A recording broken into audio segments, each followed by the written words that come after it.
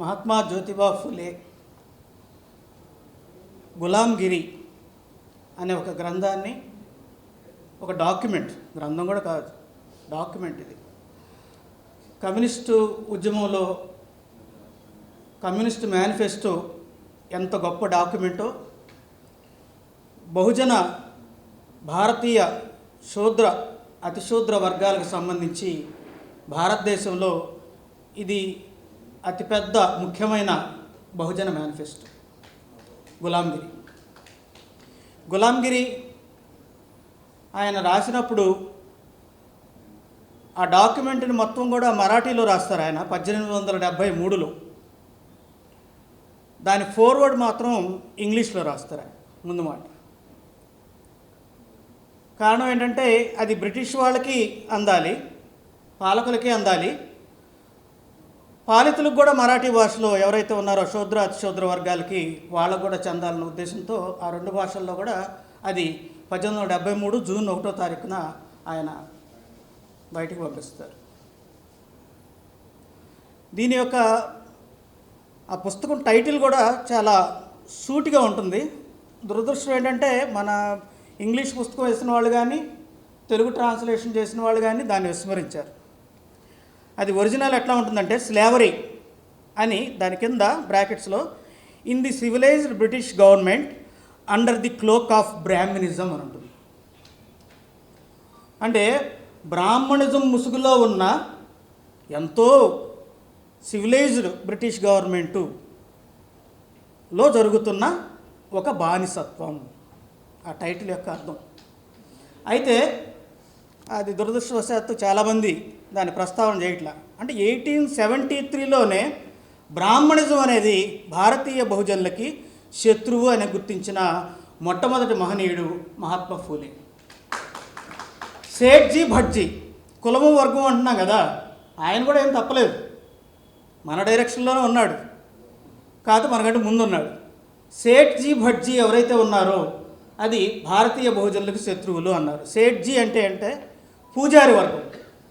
ఎవరైతే శాస్త్రాలు, పురాణాలు, ఇతిహాసాలు చెప్పి ఇంతకుముందు చెప్పినట్టుగా మన మిత్రుడు నువ్వు తల నుంచి పుట్టావు, నేను తల నుంచి పుట్టాను, నువ్వు కాళ్ళ నుంచి పుట్టావు.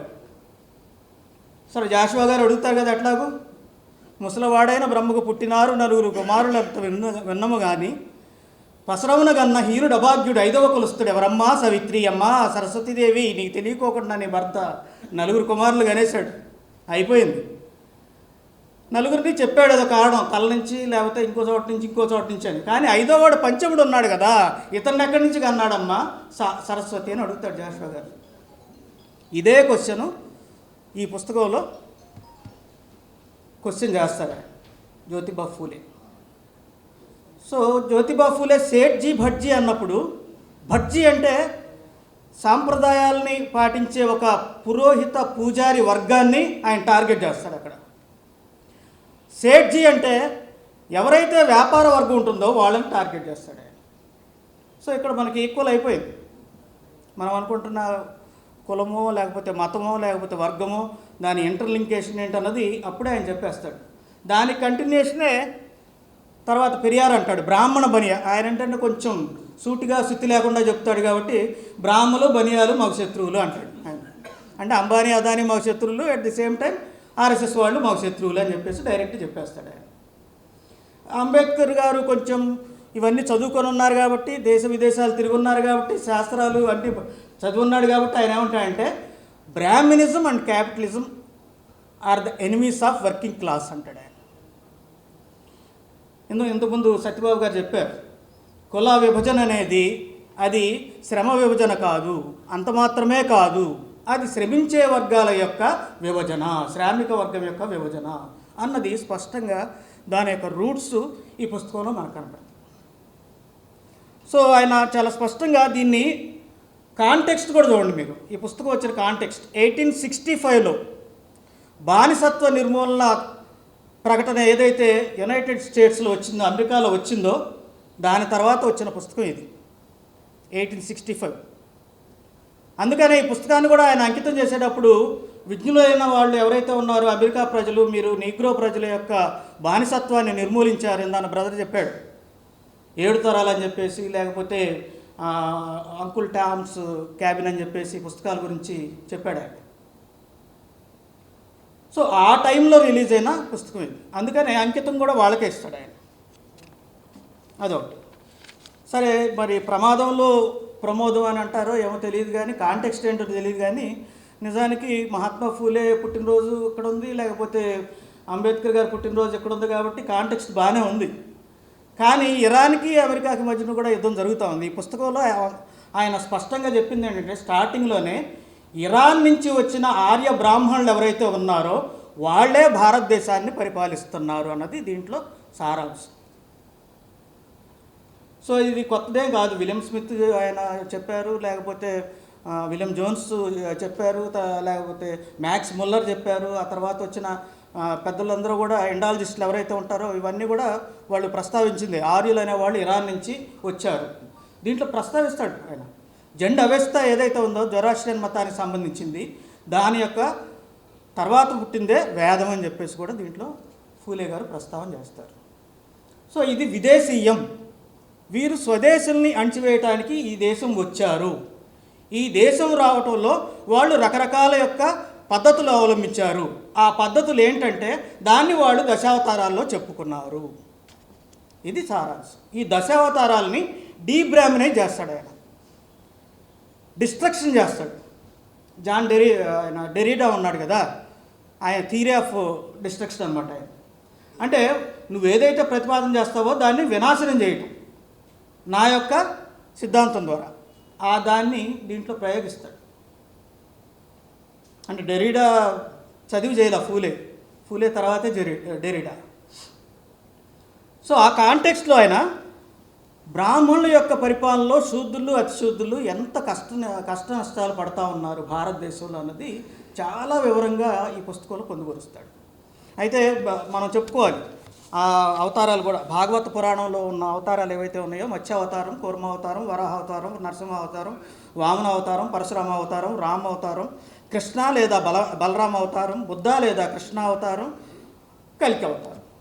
ఈ 10లో ఈయన మత్స్యావతారం గురించి చెప్తాడు, కూర్మావతారం చెప్తాడు, వరాహావతారం గురించి చెప్తాడు, నరసింహావతారం అంటే వాటి గురించి ప్రస్తావన అట్లా వెళ్ళిపోతూ ఉంటుంది. అంటే మత్స్యావతారం అంటే వాళ్ళు సముద్రంలో వచ్చారు, ఈదుకుంటూ వచ్చారు. ఇరాన్స్ ఎవరైతే ఉన్నారో ఓడేసుకొని వచ్చారు, ఆ ఓడ పగిలిపోతే వాళ్ళు లోపల ఈదుకుంటా ఇక్కడికి వచ్చారు అన్నది. ఇది మనకి ఏదైతే చిత్పవన్ బ్రాహ్మిన్స్ ఉన్నారో వాళ్ళు కూడా అదే చెప్పుకుంటారు. ఆర్ఎస్ఎస్ స్థాపించిన చిత్పవన్ బ్రాహ్మిన్స్ ఏం చెప్పుకుంటారంటే, మేము ఓడలో వస్తామంటే ఓడ బద్దలైంది, ఆ బద్దలైన తర్వాత మేము ఈదుకుంటా వచ్చి కొంకణ తీరం మహారాష్ట్రలో చేరుకున్నాము, మేము చిత్తులో మళ్ళీ పునీతులం అయ్యాము, చిత్పవన్ అయ్యాము మేము అని చెప్పేసి వాళ్ళు చెప్పుకుంటారు. దానికి అనుగుణంగానే ఆయన మత్స్యావతారాన్ని విశ్లేషణ చేస్తాడు. చేసినప్పుడు ఆయన చాలా సటారికల్గా ఉంటాడు, చాలా హాస్యంగా ఉంటాడు, వ్యంగ్యంగా కూడా ఉంటాడు. ఫూలే పెన్ను మామూలు పెన్ను కాదు. అంబేద్కర్ గారి పెన్ను ఎంత పవర్ఫుల్లో, ఫూలే గారి పెన్ను, పెరియార్ గారి పెన్ను, వీళ్ళు మామూలు పెన్నులు కాదు, ఇవి గన్నులు అనమాట, పేలిపోతూ ఉంటాయి. ఆయన ఏమంటాడంటే, మత్స్యం అనేది ఓకే, అది గుడ్డు పెట్టింది, ఆ గుడ్డు పెట్టిన తర్వాత దాంట్లోంచి పిల్లోడు వచ్చాడు, బయటకు వచ్చాడు, బ్రాహ్మణుడు వచ్చాడు. అయితే ఈ మత్స్యం అనేది, చేప అనేది గుడ్డు ఎక్కడ పెట్టింది? నీళ్ళలో పెట్టిందా, బయటకు వచ్చి పెట్టిందా? బయటకు వచ్చి పెడితే ఇది చచ్చిపోతుంది. నీళ్ళల్లో పిల్లోని అంటే పిల్లోడు చచ్చిపోతాడు అని ఒక లాజికల్ క్వశ్చన్. ఏదైతే మక్కలి గోచారులు ఎవరైతే ఉన్నారో, ప్రకృత కాత్యాయన ఎవరైతే ఉన్నారో, చార్వాకులు ఎవరైతే ఉన్నారో, ఏన్షియంట్ భౌతికవాదులు ఎవరైతే ఉన్నారో, వాళ్ళందరి యొక్క ప్రశ్నలు ఏవైతే ఉన్నాయో అంతే సూటిగా, అంతే వ్యంగ్యంగా, అంతే హాస్యంగా ఆ చార్వాక దర్శనం యొక్క సంప్రదాయం ఏదైతే ఉందో, ఆ లిటరరీ సంప్రదాయం కానీ, వాళ్ళ ఆచరణ సంప్రదాయం కానీ, వాళ్ళ ఫిలసాఫికల్ ట్రెడిషన్ కానీ మహాత్మా ఫూలే కంటిన్యూ చేస్తారు. దీంట్లో కూర్మావతారం మనకు తెలుసు. ఆ మదనం జరుగుతూ ఉంటుంటే ఆ దేవతలు, దైత్యులు, తర్వాత దైవులు, అంతే కదండి కోటేశ్వర గారు. అంటే ఇటువైపునేమో దేవుళ్ళు ఉంటారు, ఇటువైపునేమో దెయ్యాలు ఉంటాయి. ఈ ఇద్దరు అన్నదమ్ములే మళ్ళీ. అయితే వీళ్ళిద్దరు చిలుకుతూ ఉంటుంటే ఆ చిలికే దగ్గర కొంచెం తేడాలు వస్తూ ఉంటుంటే విష్ణుమూర్తి కింద కూర్మావతారం తాబేల్లాగా వచ్చి దాన్ని ఇట్లా పెట్టిన తర్వాత ఆ కథ మోహిని ఏదో మళ్ళీ మధ్యలో మన ఐటమ్ సాంగ్స్ ఇవన్నీ ఉంటాయి కదా తెలుగు సినిమాల్లో, అక్కడి నుంచి వచ్చినాయి అనుకుంటా. వాళ్ళందరూ రావటం ఇవన్నీ కూడా జరుగుతాయి. సో అక్కడ కూడా ఒక క్వశ్చన్ వేస్తాడు. తర్వాత వరాహావతారం దగ్గర ఒక క్వశ్చన్ వేస్తాడు. అంటే వీళ్ళు మత్స్యావతారం తర్వాత వచ్చిన తర్వాత ఇతను ఇక్కడ ఒక రాజును చంపాడు. ఆ రాజు ఎవరైతే ఉన్నాడో శూద్రుల అతిశూద్రుల యొక్క రాజు, శంకాసురుడు ఏదో పేరు ఉంటుంది. ఆ పుస్తకం చూస్తే మీకు అర్థం అవుతుంది. సో తర్వాత ఇంకొక బాణాసురుని చంపుతారు. తర్వాత వరాహావతారంతో వచ్చిన తర్వాత మనకి భక్త ప్రహ్లాద సినిమా చూసాం కాబట్టి అందరూ తెలుసు. హిరణ్యకశిపుడు ఎవరైతే ఉంటాడో, లేకపోతే ఇంకొక ఆయన ఎవరైతే ఉంటారో వాళ్ళని చంపుతాడు. అంటే బ్రాహ్మణుల యొక్క పని ఏంటంటే ఇక్కడ అబ్రాహ్మణులైన శూద్ర అతిశూద్ర కింగ్స్ ఎవరైతే ఉన్నారో ఆ కింగ్స్ని చంపడానికి వీళ్ళు చేసిన ప్రయత్నమే ఈ పౌరాణిక ప్రయత్నం అన్నది ఫూలే దీంట్లో ఒక పొలిటికల్ డిస్కోర్స్ తీసుకొస్తాడు, ఒక రాజకీయ దృక్పథాన్ని తీసుకొస్తాడు. ఆయన అంటాడు కూడా ఈ బుక్లో, ఇదేం సోషల్ పుస్తకమేం కాదు, ఇది రాజకీయ దృక్పథం కలిగిన పుస్తకమే అని చెప్పేసి ఫూలే దీంట్లో స్వయంగా ఆయనే రాస్తాడు మహాత్మా ఫూలే. సో ఈ కాంటెక్స్ట్ కూడా మనకు తెలుసు. శైవ అండ్ వైష్ణవ సంప్రదాయాల మధ్యన ఘర్షణ. ఎవరైతే ఇక్కడ ద్రావిడులుగా ఉన్నారో, ఎవరైతే ఇక్కడ ఆదివాసీలుగా ఉన్నారో, మూల నివాసుల గురించి కూడా ఫూలే ప్రస్తావన చేస్తాడు. మూల నివాసులు ఎవరైతే ఉన్నారో వాళ్ళు గోండులు, భిల్లులు, ట్రైబల్స్, మహా అరి అంటే గొప్ప శత్రువు వాళ్ళకి బ్రాహ్మణులు అన్న కాంటెక్స్ట్లో ఆ పేర్లు కూడా ఆయన దీంట్లో ప్రస్తావన చేస్తాడు. సో ఈ శైవ వైష్ణవ సంప్రదాయాల మధ్యన వచ్చిన తగాదా ఏదైతే ఉందో ఆ తగాదాని మనం ఆ హిరణ్యకశ్యపుడు తర్వాత నరసింహావతారం దాంట్లో చూడాలి. నరసింహుడు అనేవాడు వైష్ణవ సంప్రదాయానికి సంబంధించిన వాడు. కొడుకేమో ప్రహ్లాదుడు, ఇతను హిరణ్యకశిపుడు కొడుకేమో నారాయణ అని అంటూ ఉంటాడు. తండ్రి ఏమో ఎస్వి రంగారావు వద్దురా బాబు శివుడిని నువ్వు తలుచుకోవాలని చెప్పేసి అంటూ ఉంటాడు. అంటే ఆ శివుడికి వైష్ణవ యొక్క భక్తులకు జరిగిన సంఘర్షణ అది కూడా రాజకీయ సంఘర్షణ. హిరణ్యకశిపుడిని చంపటం, తర్వాత ప్రహ్లాదుడు రాజు అవటం, అంటే శైవ సంప్రదాయం చంపటం, తర్వాత వైష్ణవ సంప్రదాయం ప్రాచుర్యంలోకి రావటం. ఈ పొలిటికల్ డిస్కోర్స్ ఏదైతే ఉందో ఇది రిలీజియస్గా ఎట్లా జరిగింది అన్నది ఫూలే దీంట్లో చాలా చక్కగా వివరణ చేస్తాడు. తర్వాత ఆయన పర్టికులర్గా 2 అవతారాల మీద, రామావతారం పెద్దగా మాట్లాడు, ఆయన కృష్ణ అవతారం మాట్లాడు, బుద్ధుడి గురించి మాట్లాడు, తర్వాత కలికి గురించి మాట్లాడు. 2 అవతారాలను ఆయన పర్టికులర్గా ప్రస్తావన చేస్తాడు. ఈ 2 కూడా మనం మాట్లాడుకోవాలి. ఒకటి వామన అవతారం, 2 పరశురామ అవతారం. ముందు పరశురామ అవతారం గురించి చెప్పుకుందాం. పరశురాముడు అనేవాడు అతను చాలా క్రూరుడు. అడుగుతాడు దోండిబా, ఇదేంటంటే ఈ పుస్తకం ఈ స్లావరీ అనే పుస్తకం అది మహాత్మా ఫూలేకి కల్పిత పాత్ర అయిన తన మిత్రుడు ధోండిబాకి మధ్యన జరిగిన సంభాషణ. అంటే ధోండిబా అడుగుతూ ఉంటాడు, మహాత్మా ఫూలే చెప్తూ ఉంటాడు. ఆ సంభాషణపూర్వకంగా ఇది వెళ్తూ ఉంటుంది. ఇది చాలా ఇంట్రెస్టింగ్గా ఉంటుంది. ఎందుకంటే మహాత్మా ఫూలే సంప్రదాయం ఏంటంటే కబీర్ సంప్రదాయం. మహాత్మా ఫూలే సంప్రదాయం ఏంటంటే సంత్ తుకారం సంప్రదాయం. మహాత్మా ఫూలే సంప్రదాయం ఏంటంటే అది అశ్వఘోషుని యొక్క వజ్రసూచి సంప్రదాయం. ఈ 3 సంప్రదాయాల యొక్క ప్రభావం మహాత్మా ఫూలే మీద బలంగా ఉంది. అశ్వఘోషుని యొక్క వజ్రసూచి బౌద్ధ సంప్రదాయంలో అత్యున్నతంగా కుల వ్యవస్థను ధిక్కరించి బ్రాహ్మణిజాన్ని ఎదిరించి చాలా తీవ్రంగా పోరాడిన ఒక సాహిత్య సంప్రదాయం. ఆ సంప్రదాయాన్ని స్వీకరించి ఏదైతే మనకి ప్రాచీన కాలంలో ఉన్న బౌద్ధ ఫిలాసఫీలో మిలింద మిలింద ప్రశ్న అని బౌద్ధ సంప్రదాయంలో ఒక పుస్తకం ఉంటుంది. ఆ మిలింద పర్హలో ప్రశ్నలు సమాధానాలు ఆ యొక్క రచనా శైలిని తీసుకొని దీన్ని రూపకల్పన చేస్తారు. దీంట్లో పరశురాముడి గురించి అడుగుతాడు ధోండిబా. మరి పరశురాముడు ఎట్లాంటి వాడు? పరశురాముడు నిర్దయుడు, క్రూరుడు, దుర్మార్గుడు, దుష్టుడు, కన్న తల్లినే చంపినవాడు. పరశురాముడు అనేవాడు ఒక బ్రాహ్మణుడు. అతను 24 సార్లు 34 సార్లు భూమండలం అంతా తిరిగి రాజులందరినీ క్షత్రియులందరినీ చంపేశాడు. క్షత్రియులు అంటే ఎవరు? రాజులు ఎవరున్నారు అప్పుడు? శూద్ర అతిశూద్ర రాజులు ఎవరైతే ఉన్నారో వాళ్ళని పరశురాముడు చంపేశాడు. బ్రాహ్మణ రాజ్యాన్ని బ్రాహ్మణిజాన్ని ఎస్టాబ్లిష్ చేశాడు అన్నది పరశురాముడి గురించి విశ్లేషణ. ఆయన ఒక పొలిటికల్ ఫిలసాఫికల్ విశ్లేషణ అనేది దీంట్లో చేస్తాడు. తర్వాత వామనావతారాన్ని చాలా ఆయన ఓన్ చేసుకొని హృద్యంగా దాన్ని వర్ణించడానికి చాలా ఎక్కువ చెప్పడానికి ట్రై చేస్తాడు. ఎందుకంటే వామనుడు వచ్చినవాడు చాలా దుర్మార్గుడు, దుష్టుడు, కన్నింగ్ ఫెలో, వికెట్ ఫెలో, ఇట్లాంటి మాటలు ఉంటాయి దీంట్లో. ఆ వామనుడు అనేవాడు కన్నింగ్ అండ్ వికెట్. డైరెక్ట్గా సాక్షాత్తు మహావిష్ణువే వస్తాడు వామనుడు రూపంలో, బ్రాహ్మణుడు వేషంలో వస్తాడు. ఎవరి దగ్గరికి వస్తాడు? బలిచక్రవర్తి దగ్గరికి వస్తాడు. బలిచక్రవర్తి అనే ఆయన ఈ భారతదేశంలోనే అతి గొప్ప మహాచక్రవర్తి, శూద్ర అతిశూద్రుల్లోనే చాలా గొప్ప చక్రవర్తి. అందుకనే మహారాష్ట్రలో దసరా రోజున ఈడాపేడా జావో బలికా రాజ్యావు, సంక్రాంతి రోజున ఈడాపేడా జావో బలికా రాజ్యావు, బాధలో కష్టాలు పోవాలి, బలిరాజ్యం రావాలి, బలిరాజ్యం వస్తేనే మనకి బాధలు కష్టాలు పోతాయి అని చెప్పేసి ఎవరైతే గ్రామీణ ప్రజలు ఉన్నారో వాళ్ళందరూ కూడా తలుచుకుంటూ, అంటే ఫోక్లోర్ ఒకటి ఉంటుంది కదా, మనకి జానపద సంప్రదాయం ఒకటి ఉంటుంది కదా, ఆ సంప్రదాయంలో భాగంగా వాళ్ళు మాట్లాడుకుంటూ ఉంటారు అన్నది దీంట్లో ఎస్టాబ్లిష్ చేస్తాడు మహాత్మా ఫూలే. సో ఆ బలిరాజును చంపడానికి వామనుడిని పంపించారు అన్నది మనకి. ఆ బలి సంప్రదాయాన్ని మనం కేరళలో కూడా చూస్తాం. కేరళ వాళ్ళు కూడా ఓనం పండుగ జరుపుకునేటప్పుడు బలిచక్రవర్తి ఉంటాడు అక్కడ. బలిచక్రవర్తి మళ్ళీ వస్తాడు, వచ్చిన తర్వాత మనందరం కూడా శాంతి, సుఖము, సంతోషము, సౌభాగ్యాలతో తొలతూగుతామని చెప్పేసి ప్రజలు కూడా అనుకుంటారు అన్నది అది కేరళ సంప్రదాయంలో ఉంది, మహారాష్ట్ర సంప్రదాయంలో కూడా ఉంది. సో వామనుడి యొక్క అవతారాన్ని ఆయన అట్లా ఎస్టాబ్లిష్ చేస్తాడు, అట్లా మాట్లాడతాడు, అట్లా విశ్లేషణ చేస్తాడు. సో ఈ మతం ఏదైతే ఉందో ఆయన హిందూ మతం అనే దాని బాడీ బ్రాహ్మణులే విమర్శిస్తాడు. నాది కూడా కైండ్ రిక్వెస్ట్, మనం ఎందుకు హిందూ మతాన్ని విమర్శించాలి? మనం అందరూ కూడా మనోళ్ళు, అంటే ఇక్కడ కొంతమంది క్రైస్తవ సంప్రదాయాలు, బౌద్ధ సంప్రదాయాలు, ముస్లిం సంప్రదాయాలు ఉండొచ్చు, కానీ మెజారిటీ ఇండియన్స్ అందరూ కూడా హిందూసే కదా. వాళ్ళు ఎస్సీలుగా, ఎస్టీలుగా, బీసీలుగా ఉన్నారు కదా. ఉత్తరాది వెళ్తే అక్కడ క్రిస్టియానిటీ లేదు, ఎస్సీలు, ఎస్టీలు, బీసీలు అందరూ కూడా హిందూ మతంలో ఉన్నారు. డైరెక్ట్ అటాక్ ఆయన బ్రాహ్మణిజం మీద చేస్తాడు, బ్రాహ్మణుల మీద చేస్తాడు.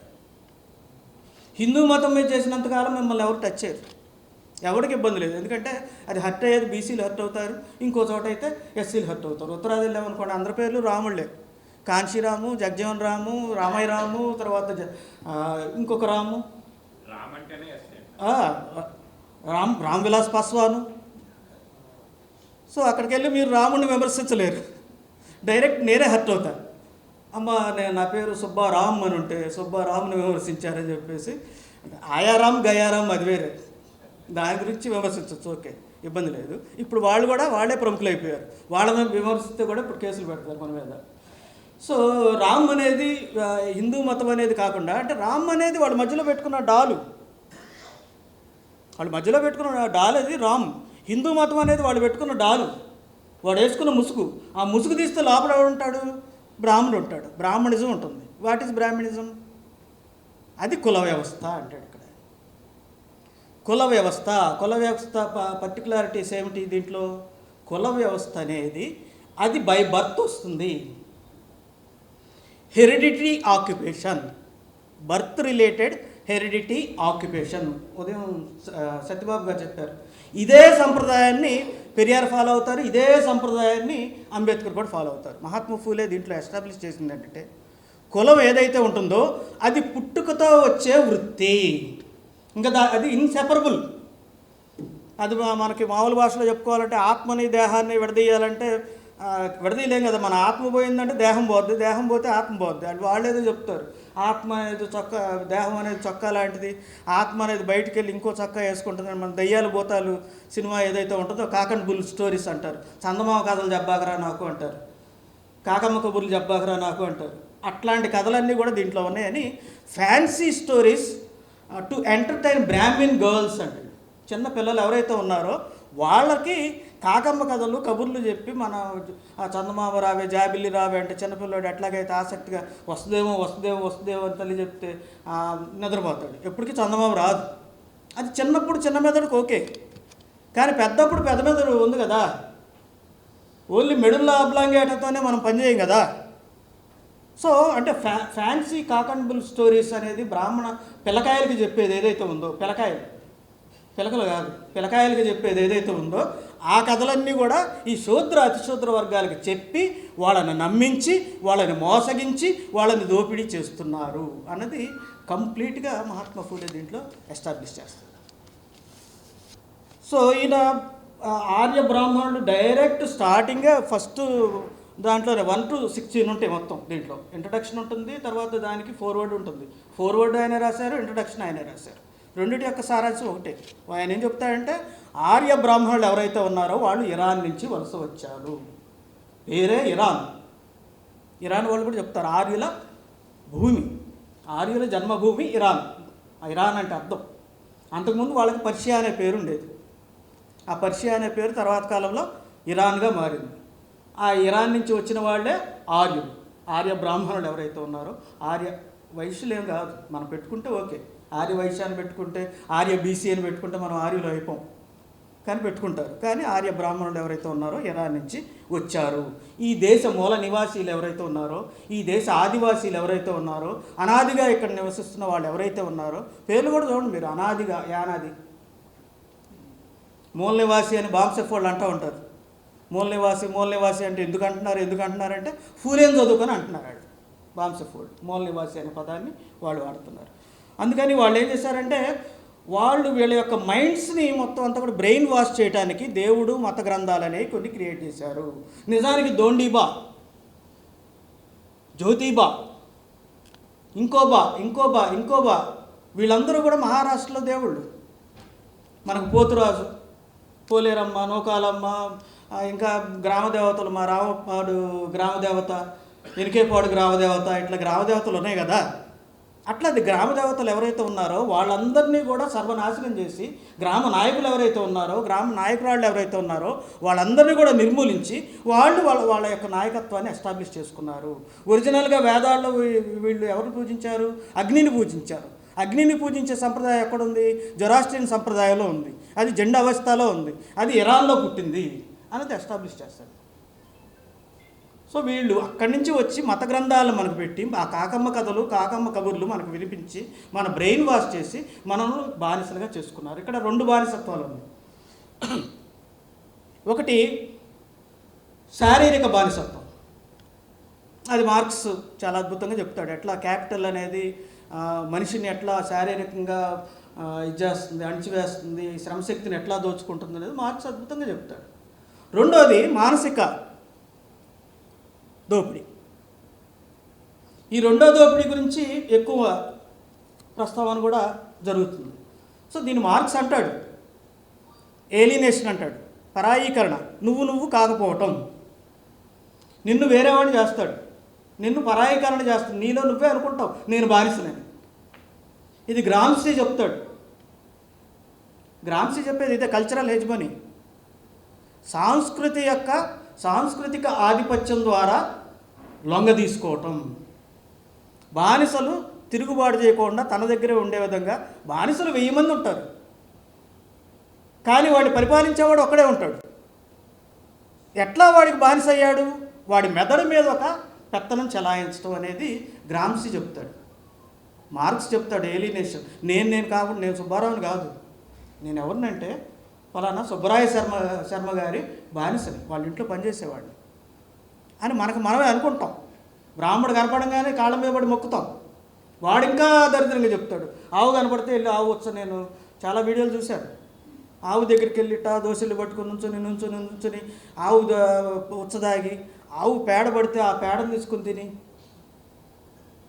ఎంత క్రూరమా! మార్క్స్ అంటాడు ఆ దేశంలో ఏదైతే ఒక ఆవు శబలి దగ్గర పెట్టుకొని తాగేవాళ్ళు, ఆవు పేడ తినేవాళ్ళు, కోతిని దేవుడిగా పూజించేవాళ్ళు ఆ దేశంలో ఉన్నారని భారతదేశం గురించి వ్యాఖ్యానిస్తూ కార్ల్ మార్క్స్ అంటాడు. ఈ మార్క్స్ గురించి లేకపోతే మన వీళ్ళందరి గురించి ఎందుకు చెప్తున్నానంటే, వీళ్ళ కంటే ముందు ఆయన ఈ ఏలినేషన్ గురించి రాశాడు. ఆయన ఒక మాట చెప్పాలి, 1848లో కార్ల్ మార్క్స్ అండ్ ఎంగెల్స్ ఇద్దరు కూడా కమ్యూనిస్ట్ మేనిఫెస్టో రాస్తున్నారు. 1848లో సావిత్రిబాయి ఫూలే అండ్ మహాత్మా ఫూలే ఇద్దరు కూర్చొని ఆడపిల్లలకి ఎట్లా చదువు చెప్పాలన్నది ఆలోచన చేస్తున్నారు. 1848 జనవరి 1లో వాళ్ళిద్దరూ కలిసి ఆడపిల్లలకు ఒక స్కూల్, భారతదేశంలో తొట్టతొలి స్కూలు, ఒక మహా విప్లవాన్ని, విద్య నేర్పించే విప్లవాన్ని స్టార్ట్ చేశారు. 1848 ఫిబ్రవరి 11, 18 Karl Marx, Engels communist manifesto release చేశారు. 1848లో ఆయన పాఠశాల పెట్టిన తర్వాత 25 సంవత్సరాలు సక్సెస్ఫుల్గా కొన్ని వందల మందిని విద్యార్థులను తయారు చేసిన తర్వాత తన యొక్క ఆలోచన విధానంతో ఉన్న విద్యార్థులను తయారు చేసిన తర్వాత 1873లో 25 సంవత్సరాల తర్వాత ఆలోచన చేసి మహాత్మా ఫూలే ఆయన ఈ పుస్తకాన్ని రచించాడు. Final ultimate Bahujan manifesto. అయితే ఏంటంటే ఇది విమర్శే, దీంట్లో పరిష్కారం లేదు. ఈ బుక్కు గులాంగిరి అనేది బ్రాహ్మణిజం మీద విమర్శ మాత్రమే, దీంట్లో పరిష్కారం లేదు. పరిష్కారం లేదా అంటే దీనికి అనుబంధంగా ఇంకో పుస్తకాన్ని మనం పెట్టుకొని చదవాలి. సార్వజనిక్ సత్యధర్మ సత్సార అనే చిన్న పుస్తకాన్ని కూడా రాశాడు. అంటే మనుషులు ఎట్లా ఉండాలి, మానవత్వం ఎట్లా ఉండాలి, మతం ఎట్లా ఉండాలి, మన ఏ రకంగా మన జీవన విధానం ఉండాలి అన్నది ఈ క్రిటిక్కి దాని యొక్క పరిష్కారం రెండింటినీ దగ్గర పెట్టుకుని చదివితేనే మహాత్మా ఫూలే చెప్పిన ఇది మహాత్మా ఫూలేని ఆయనకి ఈరోజు దండేసినా ఆయనకు వచ్చేదేం లేదు, ఆయన దండ అయిపోతే పోయేది కూడా ఏం లేదు. ఇది మన కోసం చేసుకోవాలి. ఈ రెండు పుస్తకాలు దగ్గర పెట్టుకొని చదువుకొని ఈ క్రిటిక్ని తర్వాత దాని యొక్క పరిష్కార సమాధానం ఏదైతే ఉందో ఈ రెండింటినీ మన దగ్గర పెట్టుకొని మనం ఆ పరిష్కారాన్ని వెతకాల్సిన అవసరం ఉంటుంది. సో అంతటితో బహుశా నాకు ఇచ్చిన టైం అయిపోయినట్టుంది గురుగారు. సో అయిపోయింది కాబట్టి చివరిగా ఒక్క మాట చెప్పి ముగిస్తాను నేను. సో ఇంకా ఈయన దగ్గర నుంచి ఇప్పుడు ఏదైతే మనం ప్రోగ్రెసివ్ రైటర్స్ అని చెప్పుకుని అంటున్నామో DD Kosambi myth and reality, ఆ పని మహాత్మా ఫూలే అంతకుముందే చేశాడు. మిత్ ఏదైతే ఉందో రియాలిటీని పురాణాల నుంచి తీయటం అనేది ఆయన చేశాడు. అదేవిధంగా వోల్గాసే గంగా ఏదైతే రాహుల్ సాంకృత్యాన్ని రాశారో ఆ పని అంతకుముందే మహాత్మా ఫూలే చేశారు. ఆర్యులు ఎట్లా వచ్చారు ఏంటన్నది ఆయన విశ్లేషణ తీసుకొచ్చాడు. అంటే దీంట్లో ఎథనాలజీ ఉన్నది, ఇండాలజీ ఉన్నది, సోషియాలజీ ఉన్నది, హిస్టీరియాలజీ ఉన్నది, అన్ని రకాల సోషల్ సైన్సెస్ని రంగరించి రాసిన ఈ పుస్తకం ఏదైతే ఉందో ఈ పుస్తకాన్ని దయచేసి మీరందరూ చదవాలని, మీ ఇంట్లో ఏదైతే మీ పుస్తకాల బీరువా ఏదైతే ఉందో దాంట్లో పెట్టుకోవాలని చెప్పేసి చదవాలని, విశ్లేషణ చేయాలని, ఆ విశ్లేషణ మనలోనే దాచుకోకుండా 10 మందికి అందించాలని చెప్పేసి కోరుకుంటూ నాకు ఈ అవకాశం ఇచ్చిన జాషువా సాంస్కృతిక వేదిక పెద్దలు గుండు నారాయణ గారికి అభినందనలు తెలుపుకుంటూ సెలవు తీసుకుంటున్నాను.